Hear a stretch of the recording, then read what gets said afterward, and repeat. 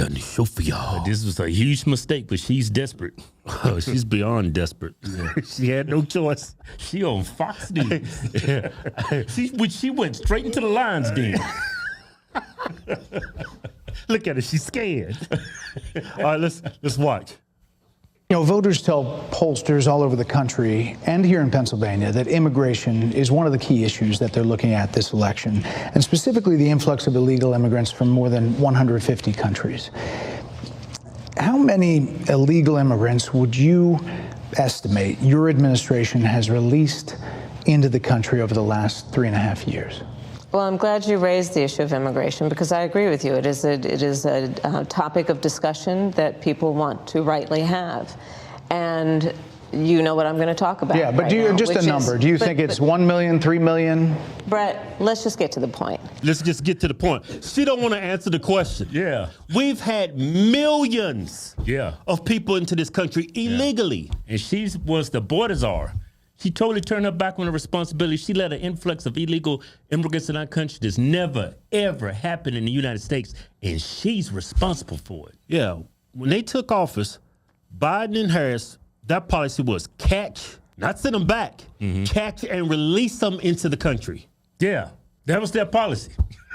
Catch, but see, and release. But this doesn't shock me. She's not going to answer any questions because she doesn't want to sit there in front of the American people and say, yeah, we let 6 million people into the country. Not to mention the drugs she let in. Man, it's unsurmountable how many kids and women has been sex trafficking into this country. And she's responsible for it. Yeah, let's go. Okay, the point is that we have a broken immigration system that needs to be repaired. So your Homeland Security Secretary said that 85% of apprehensions. I'm not finished. We have an rough estimate of 6 million people have been released into the country. And let me just finish, and I'll get to the question, I promise you. I was beginning to answer. And when you came into office, your administration immediately reversed a number of Trump border policies.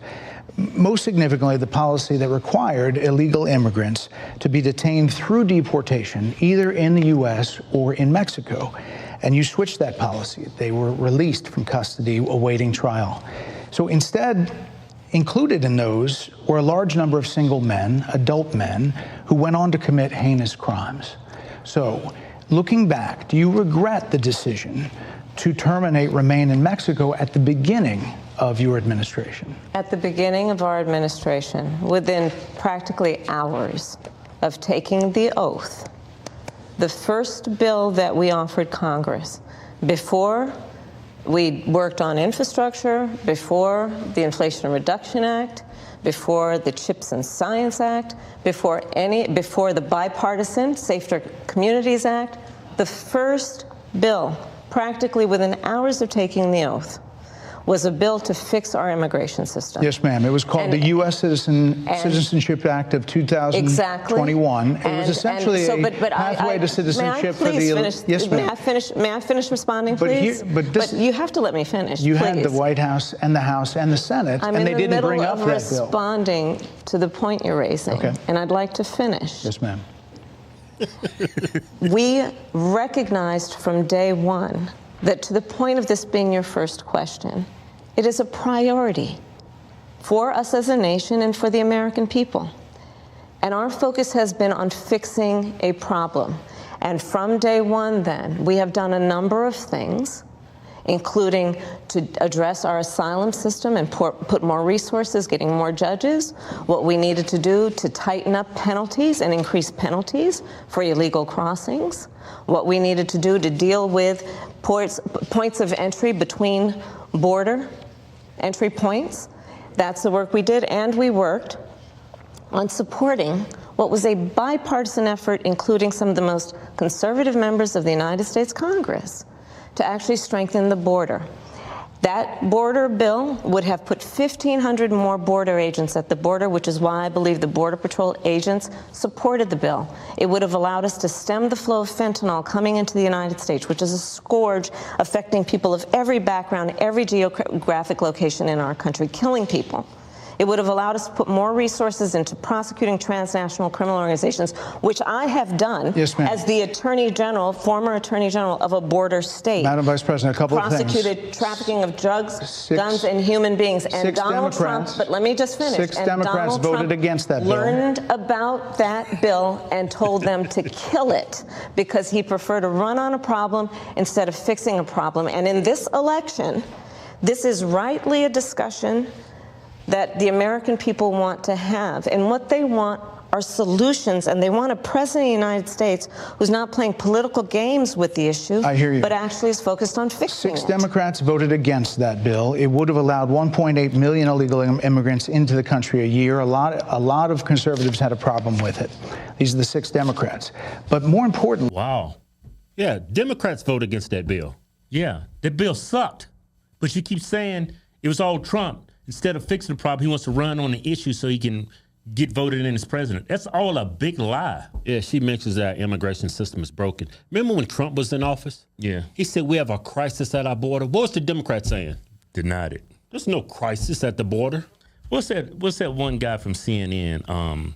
He went down to the border and said, look, there's no crisis here. He's a journalist for CNN. I forget his name. Y'all probably remember him. He actually went to the border and he said, I don't see an issue. Yeah, because he didn't see any illegals coming over at the time. Yeah. They denied that we had an issue. They covered the story. Yeah. But I'm glad he pointed that out, that Democrats voted against that bill. Not only did Republicans vote against it, but he put the Democrats, well, a lot of people on the left look up to. Yes, senior Democrats. Senior Democrats. Yeah, they voted against the bill. Yeah. So it wasn't Trump. The bill was terrible. That was going to let an influx of millions of illegal immigrants in our country. Yeah, that's why it got denied. Yeah, not because Trump said kill it so I can run on a problem. Yeah, that's just another lefty lie. Yeah. To the original premise, Jocelyn Nungari, Rachel Morin, Laken Riley, they are young women who were brutally assaulted and killed by some of the men who were released at the beginning of the administration, well before a negotiated bipartisan bill. Former President Clinton actually referred to Laken Riley Sunday campaigning for you in Georgia, saying if those men had been properly vetted, Laken Riley probably would not have been killed. So if it wouldn't have happened, this is well before any negotiation. This is well before Donald Trump got involved in the politics. This is a specific policy decision by your administration to release these men into the country. So what I'm saying to you, do you owe those families an apology? Let me just say, first of all, those are tragic cases. There's no question about that. There is no question about that. And I can't imagine the pain that the families of those victims have experienced. Answer the question. For a loss that should not have occurred. So that is true. It is also true that if a border security had actually been passed 9 months ago, it would be 9 months that we would have had more border agents at the border, more support for the folks who are working around the clock trying to hold it all together. Madam Vice President. To ensure that no future harm would occur. And this election in 20 days will determine whether we have a president of the United States who actually cares more about fixing a problem, even if it is not to their political advantage in an election, because there was a solution, Brett. Madam Vice President, it was a policy decision in the early part of your administration. I will let one of the mothers talk about it. Take a listen. Because of the Biden-Harris administration open border policies catch and release, they were enrolled in the Alternatives to Detention program. This meant that they were released into the United States. It was not even a full 3 weeks later that they would take my daughter, Jocelyn Nungari's life. I believe the Biden-Harris administration open border policies are responsible for the death of my daughter. That's the early days. So do you owe them an apology is what I'm saying. I will tell you that I am so sorry for her loss. I am so sorry for her loss. Sincerely.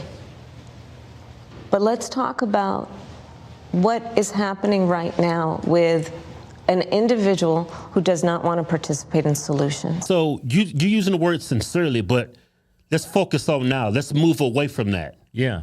The question was, do you regret those policy decisions? Because Trump had figured everything out.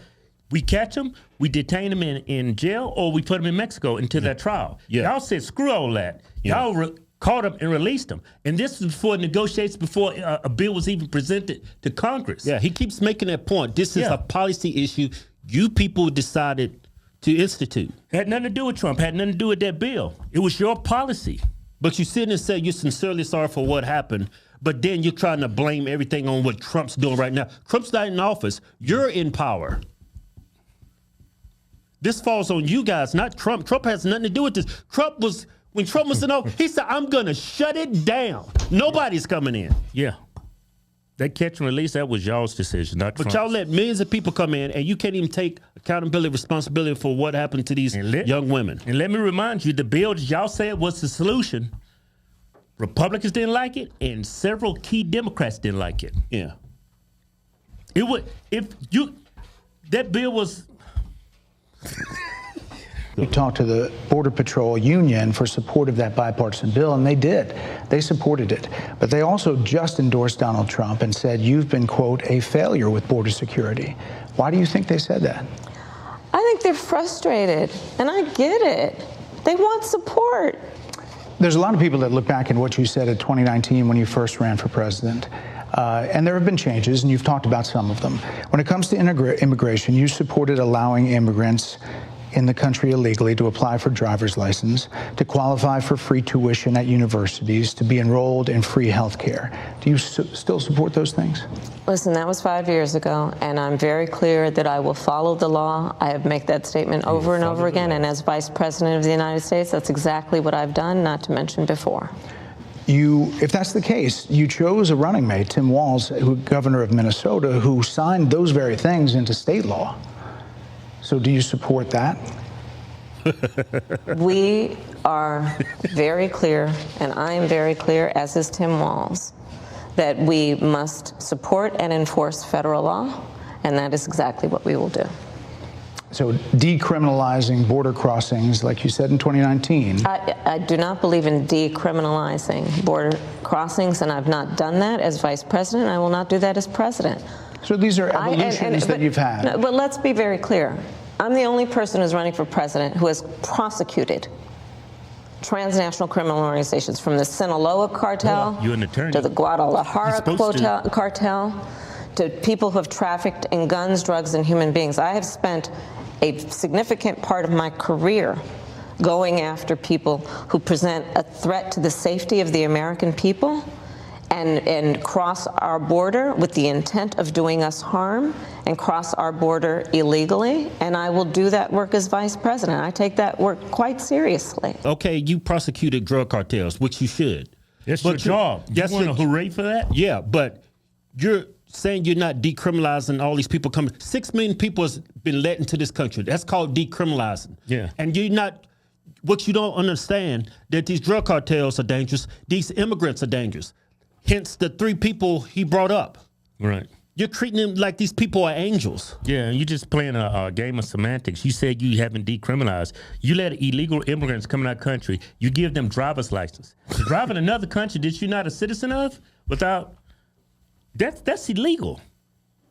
And you give them permanent residence here. They're applying for jobs. This is criminal activity. They're breaking every federal law we have in our immigration system, and you say you're not decriminalizing, and you say federal law, and you're following the federal law. You haven't followed federal law.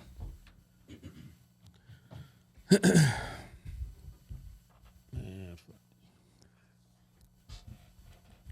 not decriminalizing. Got 6 million people. Got murders in the country unvetted. Yeah, you care more about these people than their own citizens. Why is that? Trump did more for our immigration system than you did as a prosecutor in California. Yeah.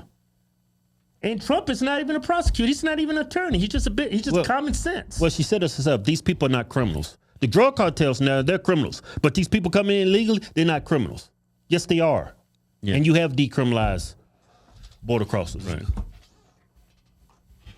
This is a time when voters, especially here in Pennsylvania, are inundated with commercials and ads. They just want it to stop because it's every commercial. But many of them add noise, but a few of them seem to break through. This particular one from the Trump campaign has gotten a lot of attention. Kamala supports taxpayer-funded sex changes for prisoners. Surgery. For prisoners. For prisoners. Every transgender inmate in the prison system would have access. That's crazy. So are you still in support of using taxpayer dollars to help prison inmates or detained illegal aliens to transition to another gender? I will follow the law. That's the law? And it's a law that Donald Trump actually followed.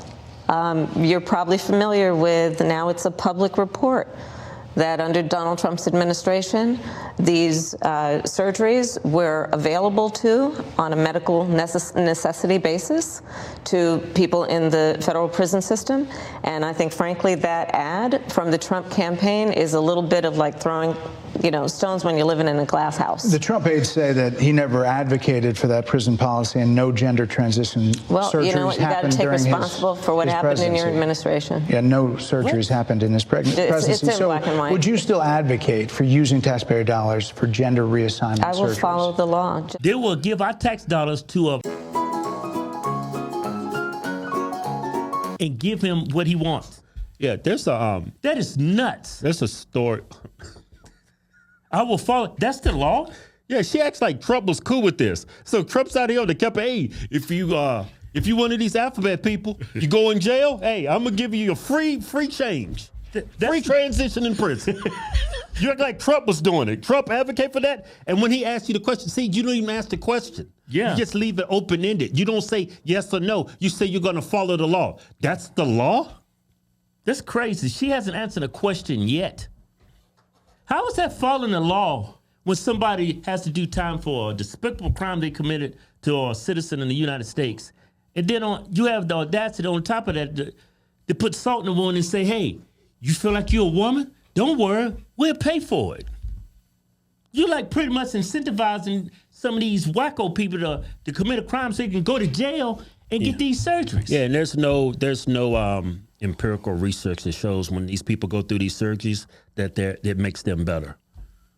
There's none. That's not even healthcare. It's more of a cosmetic thing. Yeah. We've heard a lot about those plans in recent days. Your campaign slogan is a new way forward, and it's time to turn the page. You've been vice president for 3.5 years, so what are you turning the page from? Well, first of all, turning the page from the last decade in which we have been burdened with the kind of rhetoric coming from Donald Trump that has been designed and implemented to divide our country. What? And have Americans literally point fingers at each other. Madam Vice President, more than 70% of people that is tell about pollsters, turning the page on rhetoric that people are frankly exhausted of, Brett. More than 70% of people tell the country is on the wrong track. They say the country is on the wrong track. If it's on the wrong track, that track follows 3.5 years of you being vice president and President Biden being president. That is what they're saying, 79% of them. Why are they saying that? If you're turning the page, you've been in office for 3.5 years. And Donald Trump has been running for office. But you've been the person holding the office. Come on. Madam You Vice and I President. both know what I'm talking about. You and I both know what I'm talking about. I actually don't. What are you talking about? What I'm talking about is that over the last decade, people have become, but listen, over the last decade, it is clear to me, and certainly the Republicans who are on stage with me, the former chief of staff to the president, Donald Trump, former defense secretaries, national security advisor, and his vice president, one, that he is unfit to serve, that he is unstable, that he is dangerous, and that people are exhausted. Democrats have been in power 12 of the last 16 years. But she's blaming Trump for the last decade when he's only been in power for 4 years. Yeah. And she's pointing to the fact that he had people in his administration who says these things about Trump. How many people from your administration is saying the exact same thing? You had people walking out like within 6 months of y'all when y'all took office. Everybody's going to have a disgruntled employee. Yeah. Everybody has that. And it's pretty much the last decade Huh? She said the last decade. Yeah. And I mean, these things is just, it's all hearsay. The American people are saying that we're not on the right track. And you keep deflecting. Yeah, it works though. It's Trump's fault. When y'all been in power 12 of the last 16 years, everything can't be Trump's fault. Everything Trump's fault. Everything. That can't be. Yes. Let me ask you this, Madam Vice President. You call Donald Trump. The significance of that. Call Donald Trump. He's misguided. You say now he's unstable. He is unstable, Brett. He's not well. You say he's mentally not stable. He's not stable. Let me ask you this. You told many interviewers that Joe Biden was on his game, that ran around circles on his staff. When did you first notice that President Biden's mental faculties appeared diminished? Joe Biden, I have watched from the Oval Office to the Situation Room, and he has the judgment and the experience to do exactly what he has done in making very important decisions on behalf of the American people. There were no concerns raised? Brett, Joe Biden is not on the ballot. I understand. And Donald Trump but is. You talked about it. And Donald Trump After George Clooney said within a few minutes of talking to President Biden at a fundraiser that he thought this was not the same Joe Biden that we saw on the debate stage. Donald Trump is on the ballot. I understand. You met with him at least once a week for 3.5 years. You didn't have any concerns? I think the American people have a concern about Donald Trump. Okay, so Trump is unfit, unstable, right? That's what you say. So he follows up with a great question. Everybody on the right knows Joe Biden has severe cognitive decline, right, for years. But you said nothing about him. And then when he asked you a question about why did you speak up about Joe Biden, well, Trump's a serious problem. And Biden's not on the ballot. Y'all knew for years that man was losing his. Your credibility sucks. Yeah. I don't trust a word you say. Why is he not running for re-election right now? Because he's that bad on the debate stage. What did he do in his debate? We killed Medicare. And Trump came out and said, you know what? I don't know what he said, and I don't think he knows what he said. That was like, so he looked lost and confused. And that was not a coincidence. Y'all been seeing it for the last several years, and y'all covered it up. Dude falls down wherever he goes. You could tell. How can you sit there with a straight face and say the things you're saying? Sure. Everybody saw it. Yeah, saying Trump's unstable, but Biden, he's doing great. He's so great. Why is his name not on the ballot and yours is? Because you suck. When you was running for president, you was dead last. Nobody liked you.